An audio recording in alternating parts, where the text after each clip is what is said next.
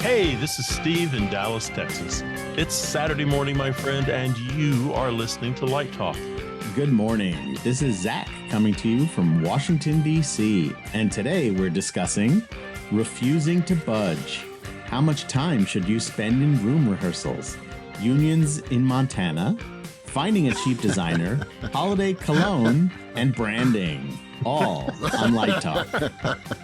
Oh my God. And this is David coming to you from Snoot's Closet, located in the beautiful Stevenson Ranch neighborhood of Los Angeles, California.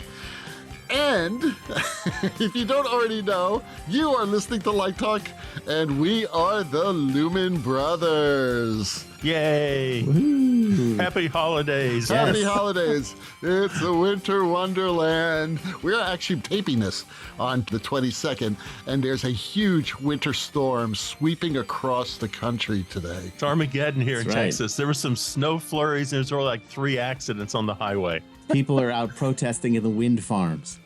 No, there was nothing. It was just snow flurries, and the people are all over the road going 2 miles an hour. Oh my God. And what's the weather like there, Zach? Right now it's about 30 and it's pouring rain, but it's going to go down to about 10 overnight with this bomb cyclone. Great. And here it went down from 70 degrees to 62 degrees. So Ooh, hence the sequestered to the closet, right? yes, so I've got in the closet. Go ahead and warm up in there. But anyway, welcome everyone to episode 299. Wow, 299. And counting. 299. Do you know what that means, guys? It means we've been doing this for 42 years in dog years. That's true. We're middle age. No, it means that next week is going to be not only our New Year's Eve show, which is always a barrel of monkeys, it's literally a barrel of monkeys, but it will be our 300th anniversary, our 300th show anniversary, which is pretty damn amazing. It is. And we have some wonderful stuff going on here. We have some incredible things planned. First of all of the past hosts, well, most of us, will be there. We'll be on the show.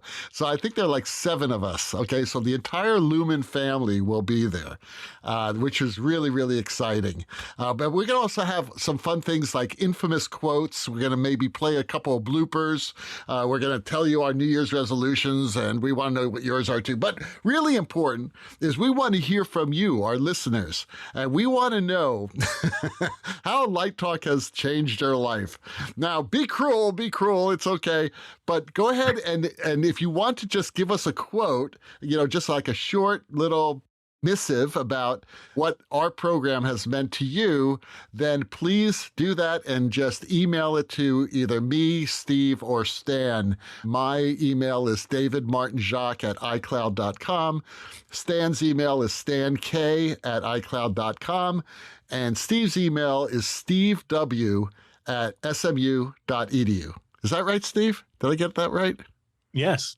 Okay, good. Amazing. Steve W. Okay. So please email us, any one of us, what Light Talk has meant to you. What changes did it mean and, did it make in your life? Or just tell us what you really think of us, and we will read that as well. And try to do it this week, all right? Because we're going to be, recording the show next week. Okay, it's time for news. And the big news of the week in the lighting world is Arri buying Clay Paky. What do you guys think of that? It's odd, isn't it? They were owned by Ashram, which you would think would have incredibly deep pockets. I would think they would have deeper pockets than Arri. But I guess everything's for sale, and Arri is expanding its market. It's going to be good. Yeah, I think so too.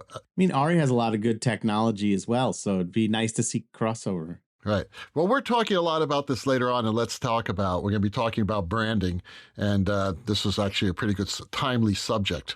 But it's time to get started, and Steve has our first listener question. Yes, it comes from Joy, somewhere in New Mexico. And Joey writes, when do you hold your design ground and refuse to budge? There's like 3 phases of a designer's life. When you're really young, you always hold your ground. because you're just too damn dumb not to. And you think everything you did was perfect. And then you kind of enter the middle age of your life and you become a little bit more cooperative and you realize other people in the room, have a little bit of design sense also. But then you become older. And I think when you're older, you have a lot of experience, you have a lot of confidence, you've seen a lot, you've done a lot, and you just don't want to put up with nonsense about someone saying, "Oh, have you thought about a purple cyc instead of a black curtain?"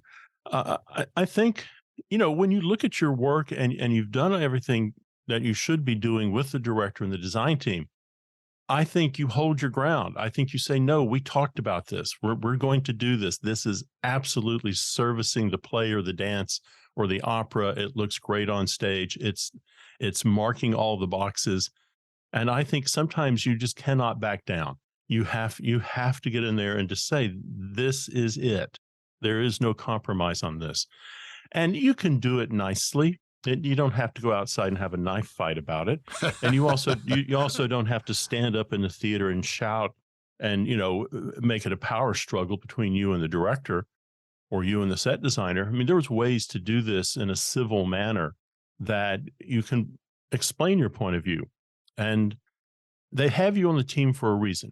You are a part of that design team for a reason, and it's because they trust you, they respect your work, they know you can bring the product home, and sometimes they just have to be reminded. A lot of times people chicken out on something that is really big and bold on stage, and sometimes that's what it needs, is something big and bold. So I think when you are right, that's when you dig in. What about you guys? I totally agree. It's funny because two things came to mind right away. And the first was exactly what you said, which is they're hiring you because they're expecting you to come in with your ideas and your creativity.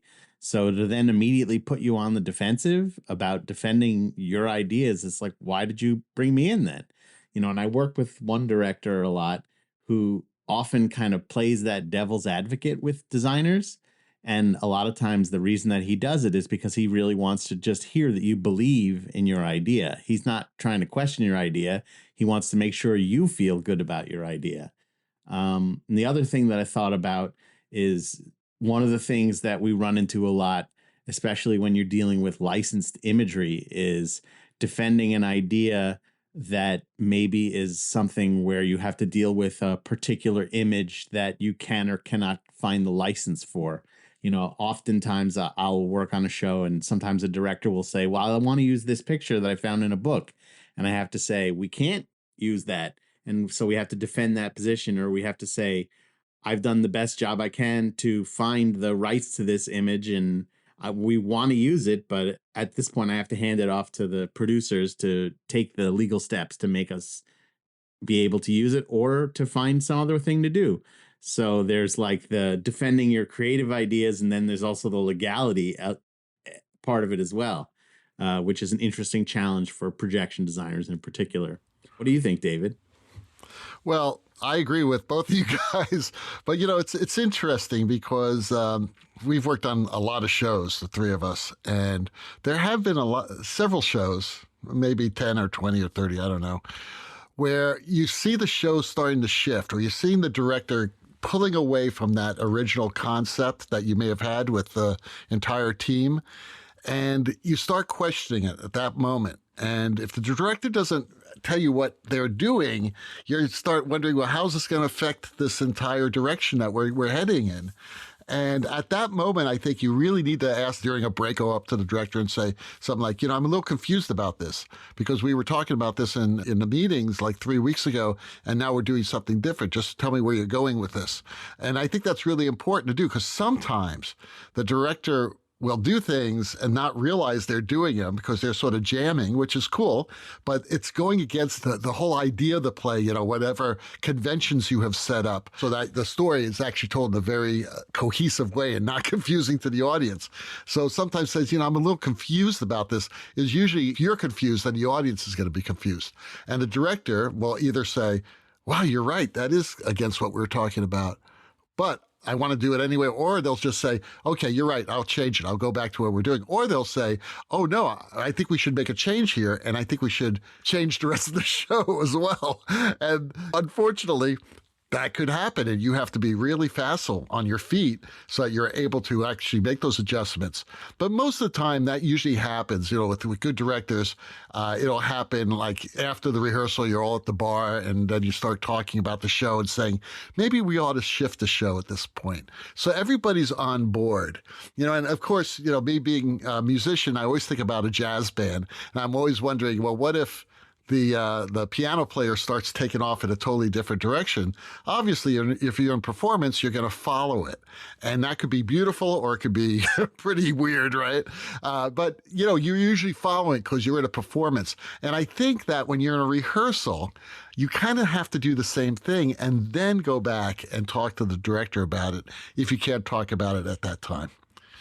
So hopefully that made sense. Yeah. I would add to that, David, using the musician playing jazz anecdote there, that in a lot of ways, as a designer, especially ones who are experienced like us, I feel like I'm often the bass player, where part of my job is to see the future and be able to figure out how to get us all to play that last chorus of the song together and finish together on time.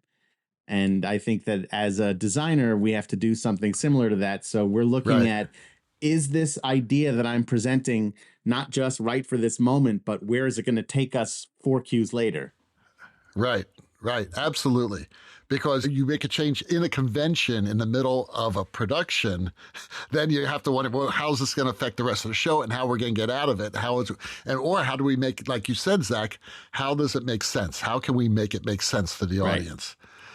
Because that, we've all seen shows that are very disjointed and kind of like, oh God, now what the hell are they doing?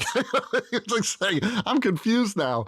And it's usually because no one said anything, but because they're afraid of the director or whatever. So I think that communication has to happen. And if you don't feel comfortable communicating with your team, the director and the other designers, then that's going to be a real problem. Linda from Baltimore asks, how much time should I spend in room rehearsals? All right, so every designer is different. And some people think you should spend a lot of time in room rehearsals. Some people just go to a final run through and then start, focusing the show, whatever. I'm from the world where you spend as much time in room rehearsals as possible, because to me, that opens up ideas. I mean, when I watch a room rehearsal, even though we pretty much know where we're going with the design concept and the conventions we're going to use and things like that, I'm still learning a lot in the room rehearsal. I mean, the first thing I do when I go into a room rehearsal is I look at the floor, and that's where I see the ground plan that's been taped out on the floor. And what I do is I walk it. I actually walk the ground plan. This is, of course, before the rehearsal starts. And then I sit down toward the center, and I visualize what the set is going to be. I sort of see it in my head. And as the actors are rehearsing within that room, I see the set in my mind's eye. And I can then get an idea of space, of 3 dimensions, things like that. And I get really good ideas during room rehearsals because I see how the director is blocking the actors, and hopefully the director is keeping the lighting in their minds. And the directors I work with are really good, and they do. And we've talked about certain motivational lights or certain key lighting that's going to be happening during a certain moment. And the director will say, no, don't stand there, stand down here, because there's going to be a light that's going to be shooting up from the ground, and it's going to throw your shadow on that wall. And we need you right here. The good directors do this. They keep this in mind, which is amazing. Or the actors will take off on an idea, and they're like jamming, and all of a sudden I'm thinking, well, maybe that light's not going to work anymore. Maybe we should have a light coming from over here on this angle. And then during a break, I will go to the director and say, during that one moment between Tom and Jenny, now they're down left. Maybe we should put that other light over here instead. And then the director says, yeah, that's a really great idea. And it's important to keep the director informed of these things so that they keep it in mind as the rehearsals go on, that there's going to now be a light shooting from this direction. I think that's really, really important. So I believe that there's a lot you can learn in a room rehearsal. And it's really funny because I sort of did this for years, when I was an undergrad designing shows. And then Theron Musser came to speak to our graduate class, and I had just seen Chorus Line. And I basically asked her, I said, Theron, how did you come up with this idea? When did you see that? I was talking about the idea of them, the very opening, I think I've got it, where all the dancers go upstage in a circle, and that's where they hand out the headshots. Yeah. And then they come down in a line, and there's a series of cues that happen. The cues that pulls up center, and then as they fan out, it goes to like the in-3 shin kickers and high sides. And as they come down, the light's following them down. And then, during that beat, everything goes to white and they're off the line. They're holding up the things. I said, how did you come up with that idea? Because to me, that sequence is just really brilliant. And she said, I saw it in room rehearsal. That's when I came up with the idea. I saw it in the room. And that's when I said, yeah, that's what I do. So, what do you think, Zach? I mean, how do you deal with room rehearsals? I absolutely agree. I think that a lot of us, especially, I really can only speak for myself, but a lot of designers that I've worked with, we're all like visual learners. And there's only so much you can get from a script. But once life has been breathed into those words and actions have been put to that dialogue, it is going to influence what you're going to do so much more significantly than any piece of paper with words typed out on it. But one thing that it's interesting, when the question was initially asked, I also sort of thought about this computing in my brain, like in the life of a freelance designer, you have to put a dollar figure to each hour you're also spending in that rehearsal room. And so while on one hand, you want to spend as much time as you can in that room, there is the mandatory amount of time that you must spend when you're in tech and in previews and performances and those things. And so sometimes we have to also reverse engineer how much time can we afford to give up from other projects in order to be in that room. And so we want to maximize that amount of time, but not to the point where we might be hurting another project that we could be working on at the same time. And so there's lots of tips and tricks for, can we tape the room rehearsal so that I can have an archive of that? Can my associate go to some of those rehearsals while I go to others of those rehearsals? Things like that. Those are all things that I think about because there's so much incredible information that can be extracted from the room, as we call it. But it's not always the easiest thing to be there as much as we would like for various reasons. We're also traveling designers, and sometimes we just can't get to that city until a certain time, and we have to make the most of the time we could spend in the room. But if the stage manager can send us videos of what they're doing before we get there, then that's a really helpful thing. So I think there's a lot of great stuff that happens in the room, and we just have to make it work the best we can. What about you, Steve? Well, I think both of you have really kind of hit the nail on the head. The only thing I can add to this is I think in the rehearsal room, that's where I become part of the company. I become part of the supporting cast. I get to know the people. They're not just, the actors who are playing Romeo and Juliet. I get to know those two actors. I get to have coffee with them, talk with them. I'm in the room when they are throwing ideas back and forth with the director. So I'm this fly on the wall, and I have some skin in the game because ultimately they become people that I enjoy being around, and I enjoy watching them work, and I want to give them everything they need so that they can do their job. And I think if you're not in the rehearsal room, it's kind of difficult to come in just in the last minute and kind of, light the show. That's hard. Maybe you have a perfectly adequate design, but you don't have a design that has any blood in it because you don't know about the blood that the director and the actors have put into the show and what they're doing under the surface of their acting. And just before we finish this off, just a couple of notes. First of all, Steve is so right on when it comes to getting to know the actors. That is so important, and that is where you learn them. And the other thing that Zach said, which is also useful, is recording, videotaping the rehearsals. And I do that a lot, or have my assistant do it when I'm out of town before I can come in. But before you do that, make sure you clear it with the stage manager. Yes. Because then they will clear it with the actors. I've never had an actor say, no, you can't videotape this rehearsal. But it is just courtesy to them to say, hey, we're videotaping this for David. He's our lighting designer, and he's not going to use it. He's not going to broadcast it anywhere. It's just for his working process. And they will always say, yeah, at least in my experience. Absolutely. Barry in Dix Hills writes, my local theater wants to incorporate projections into an upcoming production. We don't necessarily have a lot of money for this, so how do we find a designer who can do this? Well, this is a really good question, because I think that the first thing is it's always worth it to give it a shot. Don't just say we're not going to do it because we don't think we have enough money. I think you just have to be realistic and upfront and honest about what you have.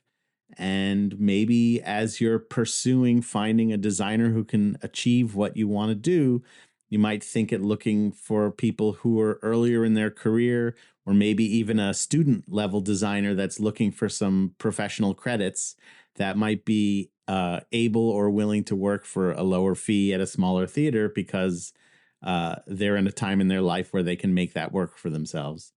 I think I use the joke a lot of when you can get your hair cut at like the Barbizon school, where you get a student barber that can cut your hair for cheap. And that it's a great way for a young designer to get experience. And, you'll find sometimes that you'll get something that's way, way, way more than what you thought you were going to end up with because you thought you didn't have the money, and they'll go on to something bigger and better. And you'll be able to say, we gave that guy our start. What do you guys think about that? Well, I don't know about that free haircut because generally that's never gone well as you walk through the back of the That's why this is a podcast that doesn't have video, so you can't see my hair. That's right. There's a reason we don't have a video. Well, I think you're on the mark there when you say this is an opportunity for someone just starting a career. Someone who is a student who is, they want to leave the building and get out into the community and do something. And this is an opportunity to do it. I mean, people are going to give you a break. You're bringing a bargain price to them, and they're saying, we're going to let you experiment, and we're going to take you with all the freckles that you come with. Oh, the freckles. Hey, sometimes that term, you get what you pay for, does not apply. Now, listen, I'm not saying you should always work for free. I don't think you should ever work for free. I mean, even if they pay you $50, I think it's still important that you get paid. That being said, the most important thing that you're getting early in your career is experience and making connections. And you never know, that director who's working for $100 may be tomorrow getting a show at a regional theater, and they may be choosing you to work on it. Absolutely. Yeah. You are listening to Light Talk, and today we are sponsored by the Cheeky Rigger of Sheffield. Since 1973, the Cheeky Rigger of Sheffield has been serving the entertainment industry with clothing, underwear, and holiday cologne. Today, we are proud to announce our fragrances for Christmas 2022. 5 minutes. Warning and stand by. Are you a little too busy for your own good? Always on the run with a new deadline looming? Alone every Christmas? Maybe this year you're looking for companionship at the semi-annual community theater speed date night. If so, then 5 minutes is for you. The perfect scent for the busy designer on the move. 5 minutes is a blend of citrus, WD-40, and just a touch of bourbon whiskey.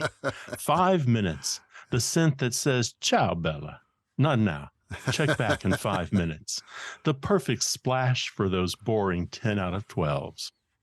Next, we offer Warning. Warning, the name that says it all. Warning, the indication of danger. Something is about to happen. It might be naughty or it might be nice. Who is to say? Warning, splash it on at Q to Q. Laissez les bon temps rouler, boo. Finally, stand by. Stand by, the cologne that says something is about to happen. Stand by, a suggestion of an action with no promise of future commitments. Stand by is for the lighting designer who can't make up his mind. 5 count? 6 count? Bump? C'est la vie, my dear. Stand by. Try a splash at first preview. The cheeky rigor of Sheffield. Merry Christmas, y'all. We make underwear too. And now back to Light Talk. Well, the sounds of those rabid Christmas monkeys prancing about the studio tells us that once again it's time for Let's Talk About. And today's Let's Talk About is all about branding. Branding. And we're not talking about the branding that people do on cows and other livestock. We're talking about branding lighting companies. Product branding. Product branding, exactly. Yeah. When should you change your company's name or products? You mean from Twitter to to Tesla? Well, this, of course, comes from what our news today of Arri buying Clay Paky, and we wonder, are they going to keep both names? Because in the past, the recent past, Strand bought Verilight, and now they're changing Strand Verilight to Verilight. We still don't know what's going to happen with ETC and High End. Right now, currently they're using both brand names, even though ETC owns High End. So what do you guys think? Now, we're not experts in advertising, but we are experts in speccing equipment. So how does this change our world as lighting and projection designers? Well, I think, when you buy another company up, you have to look at the value of the name. And if the value of the name is not helping you, then you slowly put that name in small letters. I mean, remember High End? They came out as High End, then all of a sudden they were bought by Barco, right? And all the cases said High End Systems, a Barco company. So clearly, High End and Barco believed that those two names together would really say something to their clients. Yeah, I think that there's like a point with, in any kind of product where certain brand names become ubiquitous. We say Kleenex when we're referring to tissues, or Xerox when we're talking about making a photocopy. And so I think that it's exactly that, Steve, where, at a certain point, that name still has value and recognition. And to the person who's going to be speccing that gear, they're going to go, oh, I need one of those high-end DL2 things.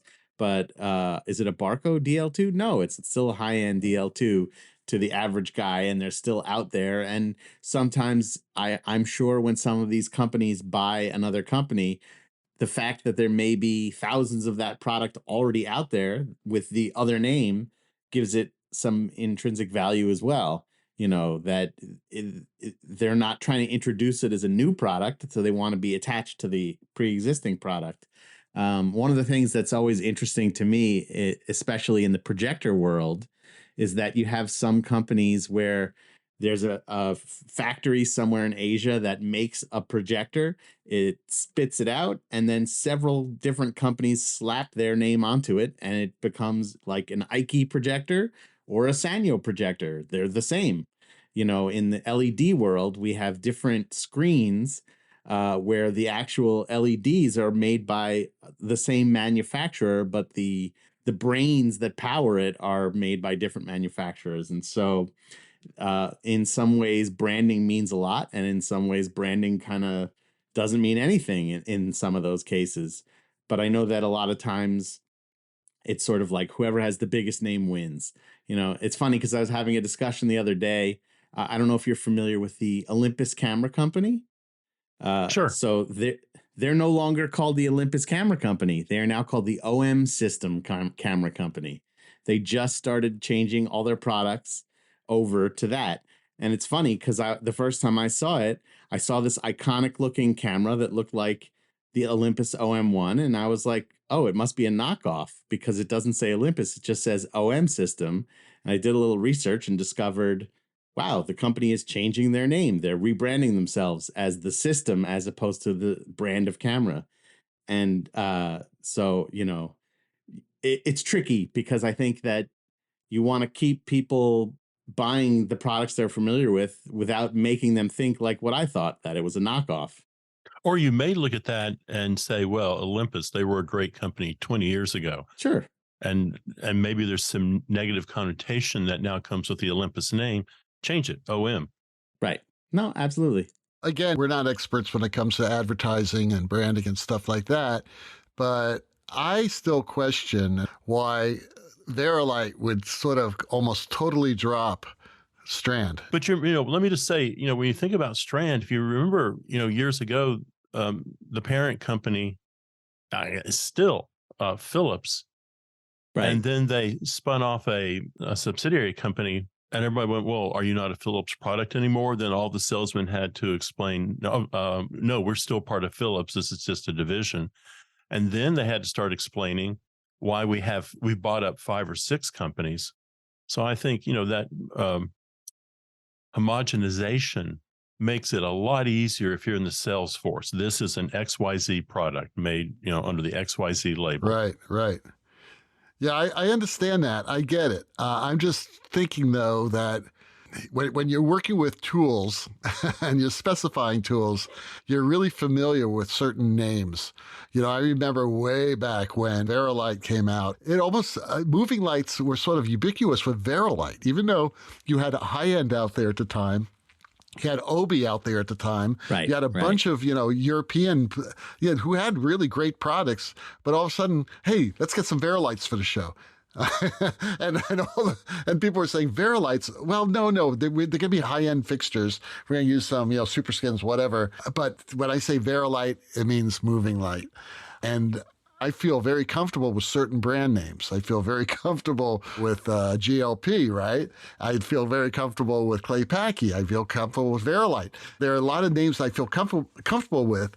And if they take them away, all of a sudden I say, okay, high-end is now ETC. Do I feel as comfortable? I know it's the same product.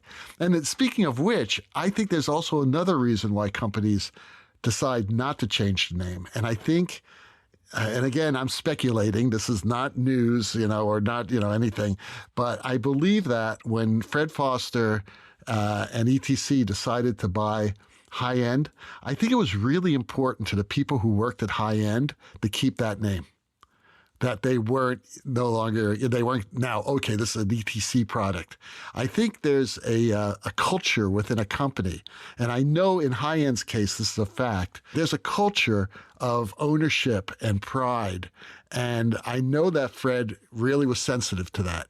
So I think that's another reason why they may do it. Now, you look at Clay Paky and Arri, both really important names in the industry. I mean, high quality names. So in that case, I see where you'd probably want to keep the 2 names. But who knows? We're not experts. We also don't know, with the high-end example, whatever is in this contract when one company buys another, that might be something that's hammered out right from the get-go, is that you're going to continue this product, who owns the patents for the product, and they may have a say in it and things like that as well.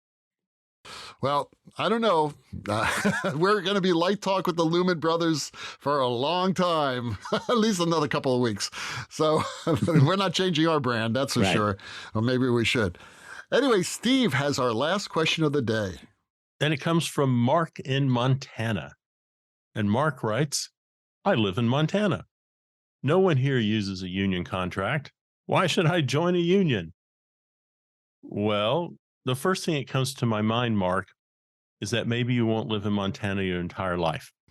But there's another reason there. I think the benefit of joining a union is that unions have done a lot for us over the years. I mean, right? They've given us weekends. They've given us minimum wage. They've given us holidays off. Unions work to negotiate higher wages for us, benefits. They improve conditions in the workplace. And something that may not matter to you, I'm being judgmental now, unions help reduce wage gaps for female members and for workers of color. So unions kind of level the playing ground and they watch out for everybody under their banner. So I think it's a good thing. I think, also, I don't know if it's true. I like to think it's true. I think when you're a union member, it also says, I'm a little bit better. These people want me to be part of this union. They want me to be part of a design union or a stagehands local or a camera local. So I think it gives you a little street credibility also as you work your way up through the ranks. I mean, if you want to look at something negative, if you're just starting out, I guess the negative thing is you have to pay dues.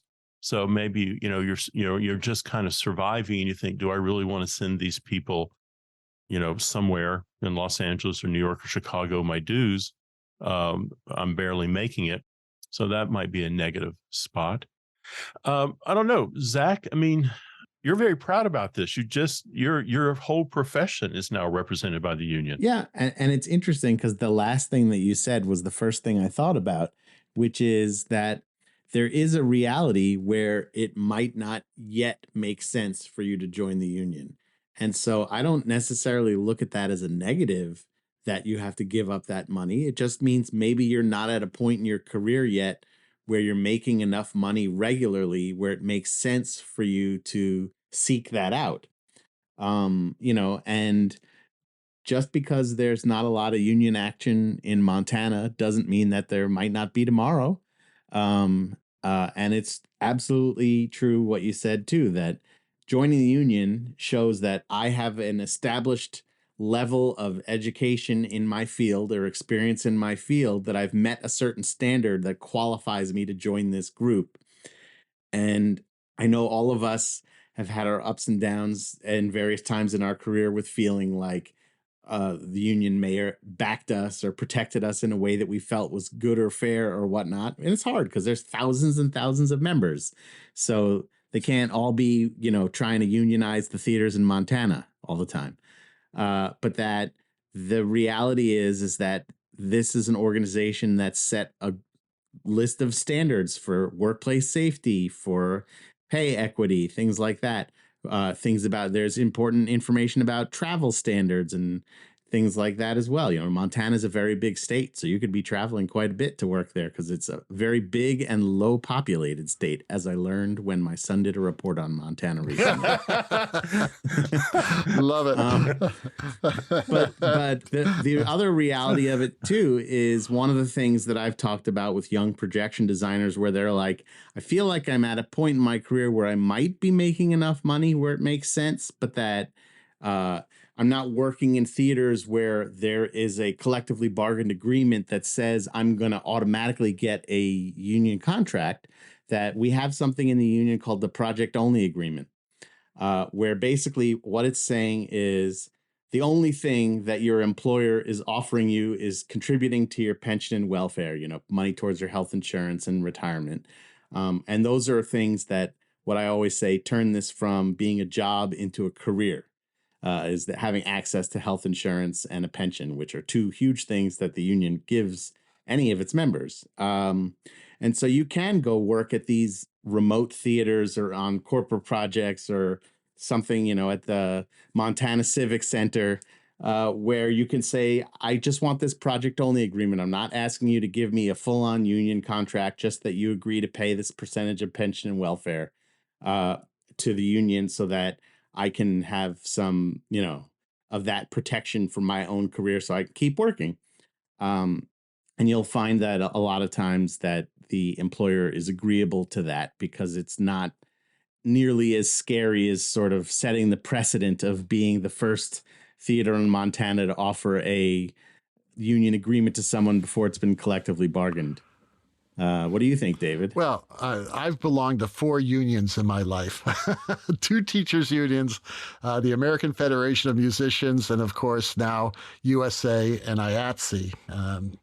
I'm a union guy. What can I tell you? Everything you guys said, I'm on board with. It's great to be in the union. If you have an opportunity to join the union and you can afford it, join the union. It's true. We're more like a crafts union, and there are standards, absolutely. So once you reach those standards and you can pay the money, go for it. You never know what's going to happen. You may need a union contract next week, and if you're not in the union now, there may be an issue. So, no matter where you live, I think it's really important. Well, before we close the show today, we should wish all of our listeners a happy Christmas, happy Hanukkah, Merry Hanukkah, Happy Christmas, right?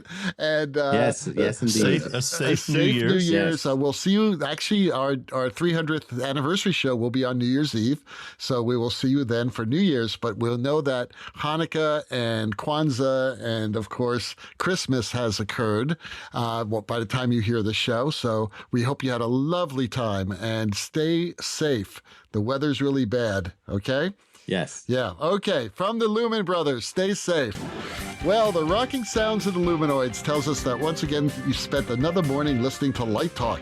You can hear our show on just about every podcast site out there. Check out our website on lighttalk.org and be sure to follow us on Facebook and subscribe to the podcast. That way you will not miss a second of Light Talk insanity. No guarantee is offered regarding the accuracy of any statements or opinions made on this podcast. However, if you do decide to litigate, the Snoot Group, with the legal team of Sparks, Burnout, and Chase, and David in Snoot's Closet, will defend us until our retirement funds are depleted. Light Talk is written and produced by the Lumen Brothers, coming to you from a closet in Stevenson Ranch, California, the pouring rain in Washington, D.C., and the freezing my butt off in Republic of Texas. And be sure to join us next week when we will be having our 300th anniversary show and our New Year's Eve show all at the same time. Yay! And we will bring you more lighty shenanigans and serve you more of our casserole of nonsense. Light Talk, broadcasting questionable Lumen knowledge and humor around the world. So we will see you all next Saturday morning. Oh, what the hell. We'll see you then. Bye-bye from Light Talk. Light Talk.